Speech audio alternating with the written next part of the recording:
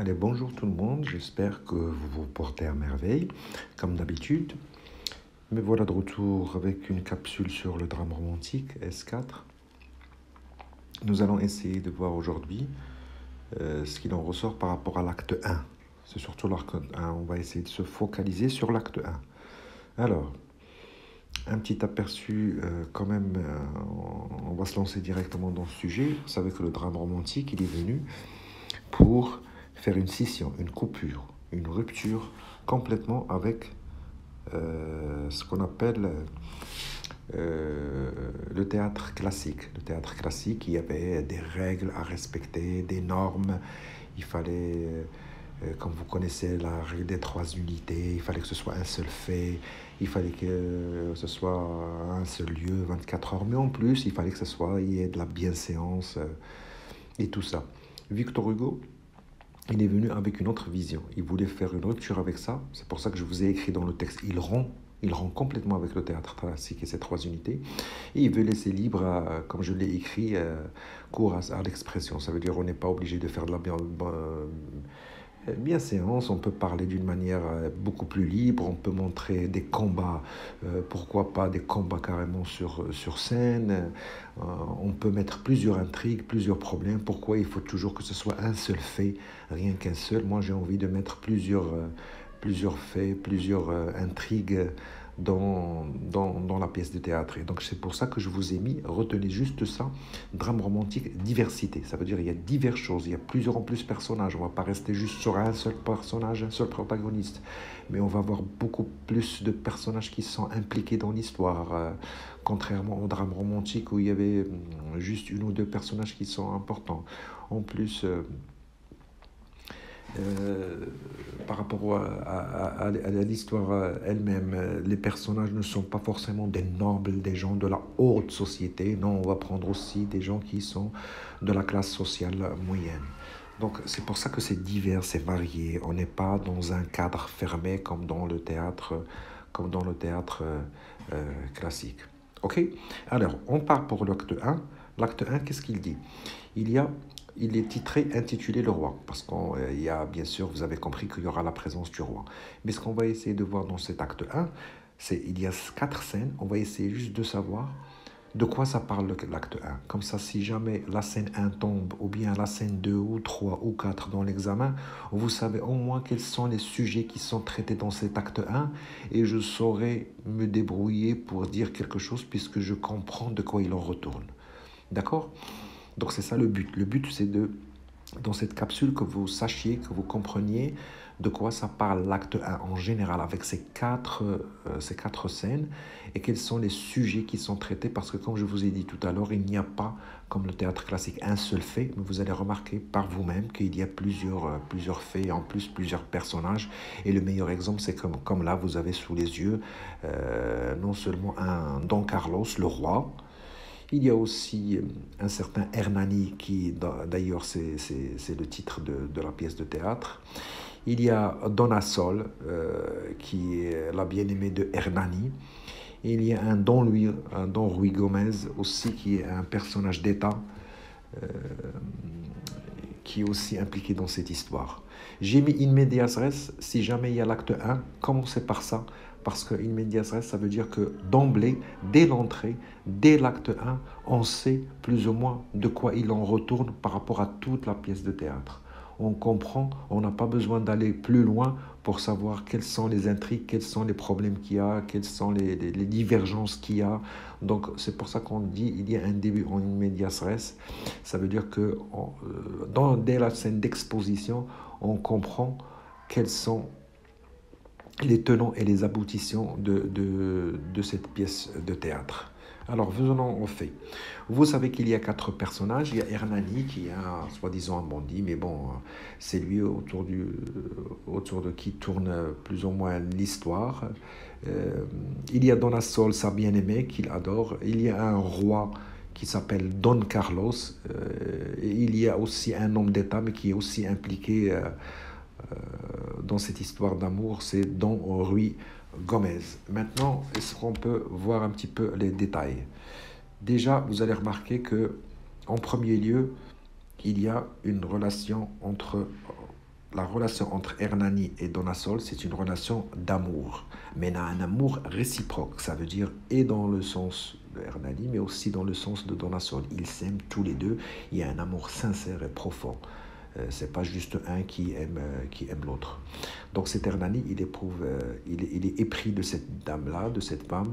Il est amoureux de Dona Sol et vice-versa. Dona Sol est aussi amoureuse de lui. Par contre, le rapport qu'il lie Hernani avec le roi Don Carlos, ça n'a absolument rien à voir avec l'amour, c'est beaucoup plus une histoire de vengeance. Vous allez me dire pourquoi vengeance? Eh bien parce que Don Carlos, ils ont exécuté son père, le père Hernani, et donc lui, par honneur, il veut vraiment venger son père et donc rétablir sa dignité et son honneur. Donc déjà, là, vous remarquez par rapport à ce que je vous ai dit au début, on commence à être embrouillé. Il n'y a pas que de l'amour, il y a aussi une autre intrigue, un autre fait, c'est la vengeance.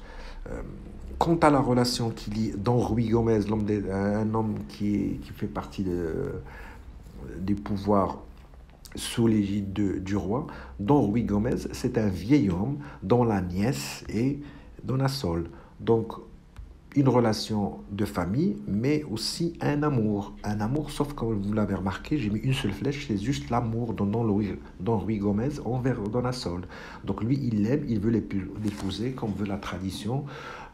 Les rois, même, enfin les rois, les hommes d'État ou les gens du gouvernement ou qui sont bien placés, même quand ils prennent de l'âge, ils peuvent se permettre de se marier avec des filles qui sont très jeunes et les filles, elles n'ont pas leur mot à dire, c'était comme ça la tradition avant. Donc il a la possibilité de l'épouser sur le plan familial, on peut lui accorder bien sûr le mariage de Dona Sol. Donc vous allez me dire, voilà là, ça commence à s'imbriquer, ça commence à s'entremêler.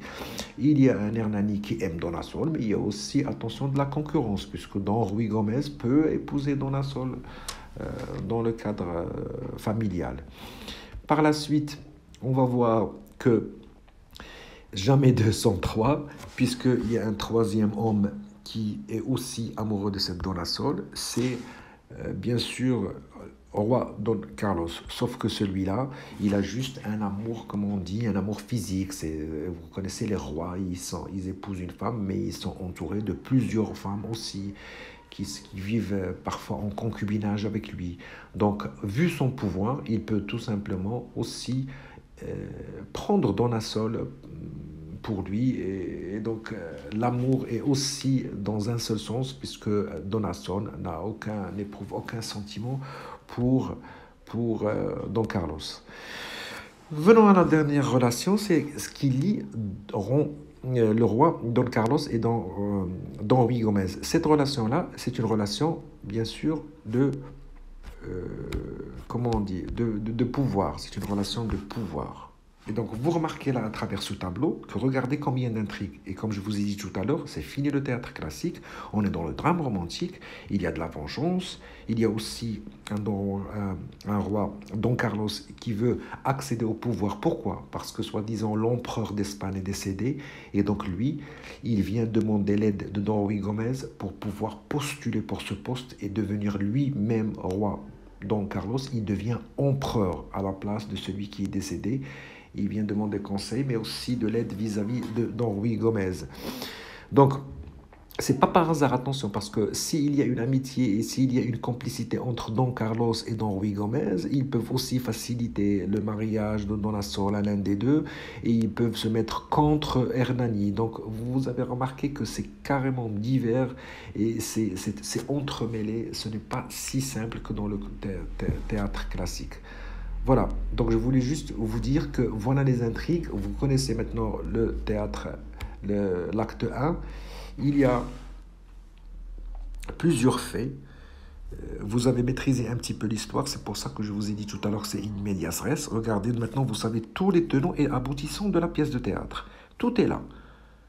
Sans forcément aller à l'acte 2, acte 3 et acte 4, vous savez déjà de quoi il en retourne, de quoi il s'agit, qu'est-ce qui va se passer, est-ce que Hernani réussira à épouser Dona Sol ou non, est-ce qu'il y aura une complicité entre Don Carlos et Don Ruy Gomez par rapport à pouvoir, et donc Don Ruy Gomez il va pouvoir épouser Dona Sol et laisser Hernani.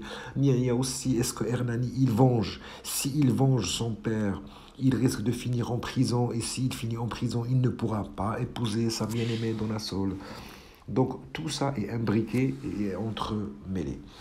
Alors, pour la dernière diapo, comme un récapitulatif, donc vous vous retrouvez entre trois personnages, mais il y a aussi un quatrième, ce sont les protagonistes, les hommes les plus importants de cette pièce de théâtre, même si ça tourne autour de Ernani.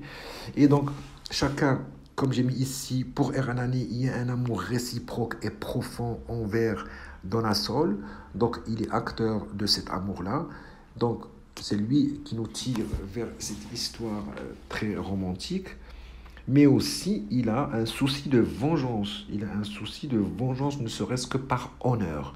Donc regardez le dilemme dans lequel il va se retrouver. Qu'est-ce qu'il fait? Il laisse tomber son honneur ou bien il épouse Donna Sol, ou bien non, c'est par honneur et par dignité. Il est obligé de venger son père. Et donc dans ce cas-là, comme je vous ai dit tout à l'heure, il risque de perdre Donna Sol. Il y a un certain Don Ruy Gomez qui a un amour quand même un sens unique, c'est juste les coutumes, la famille et tout ça. Il risque aussi lui d'épouser, s'il le veut, Donna Sol, sa nièce, mais il est aussi impliqué dans le pouvoir puisqu'il va apporter de l'aide, il va essayer d'aider Don Carlos à devenir empereur. Et enfin, il y a un certain Don Carlos, bien sûr, son souci, il est certes amoureux de Donna Sol, mais comme je vous l'ai expliqué tout à l'heure, c'est juste un amour beaucoup plus physique. Mais vous allez me dire, mais ça n'empêche que ça peut créer quand même un obstacle à l'amour entre Ernani et Donna Sol. Et il a aussi un autre souci, c'est un souci de pouvoir, puisqu'il va faire tout pour pouvoir devenir empereur, donc il ne va rien laisser.